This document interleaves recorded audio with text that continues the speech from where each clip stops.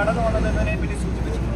നമുക്കറിയാം, ഹൃദയമുള്ളവരെ സംബന്ധിച്ചിടത്തോളം, മനസ്സലിവുള്ളവരെ സംബന്ധിച്ചിടത്തോളം, കണ്ണുനീരുള്ളവരെ സംബന്ധിച്ചിടത്തോളം ഏറെ വേദനിപ്പിക്കുന്ന ഒരു രംഗമായിരുന്നു കഴിഞ്ഞ ദിവസം വടക്കാഞ്ചേരിയിൽ KSUവിൻ്റെ 3 സഹപ്രവർത്തകർ, വിനയ് ചാറ്റൂർ ഉൾപ്പെടെയുള്ള 3 സഹപ്രവർത്തകർ, അതിനപ്പുറം വിദ്യാർത്ഥികളായ 20, 22, 24 വയസ്സുള്ള 3 വിദ്യാർത്ഥികളെ ഹാൻഡ് കഫ് അണിയിച്ചുകൊണ്ട്, മുഖം മൂടി ധരിപ്പിച്ചുകൊണ്ട്, കൊടും കുറ്റവാളികളെ പോലെ, തീവ്രവാദികളെ പോലെ, വലിയ രീതിയിലേക്കുള്ള ബലാത്സംഗം ഉൾപ്പെടെയുള്ള കുറ്റങ്ങൾ ചെയ്ത ആളുകളെ പോലെ, കൊടും ക്രിമിനലുകളെ പോലെ കോടതിയിലേക്ക് കൊണ്ടുവന്ന രംഗം നമ്മളെല്ലാവരെയും കരളലിയിപ്പിച്ച ഒരു രംഗമാണ്.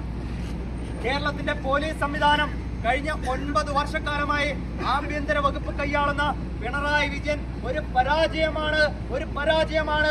പരാജയമാണ് എന്ന് ഓരോ ദിവസം കഴിയുന്തോറും കേരളത്തിന്റെ പൊതുസമൂഹം മനസ്സിലാക്കിക്കൊണ്ട് മുന്നോട്ട് പോവുകയാണ്.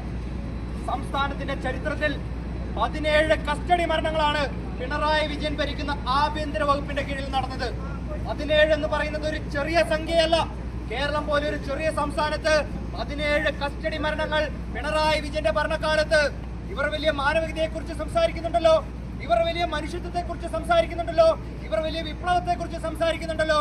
എന്തേ ഈ 17 കസ്റ്റഡി മരണങ്ങൾ കേരളത്തിന്റെ പോലീസിന്റെ ജയിലറകളിൽ നടന്നിട്ട് ഒരക്ഷരം മിണ്ടാൻ ഇവിടുത്തെ കേരളത്തിന്റെ സാംസ്കാരിക നായകരെന്ന് പറയുന്ന തെമ്മാടികൾക്ക് സാധിക്കാത്തത്? പിണറായി വിജയൻ ഒന്ന് കണ്ണുരുട്ടിയാൽ, ഒന്ന് വിരളഞ്ഞോടിച്ചാൽ വിറയ്ക്കുന്ന ആളുകളായി കേരളത്തിന്റെ സാംസ്കാരിക നായകർ അനുവദിച്ചു എന്ന് പറയുന്നതാണ് ഈ കാലഘട്ടത്തിന്റെ ഏറ്റവും വലിയ അപജയമെന്ന് KSU പറയാൻ ആഗ്രഹിക്കുകയാണ്. 17 ആളുകളെയാണ് കൊല്ലാക്കൊല ചെയ്തത്.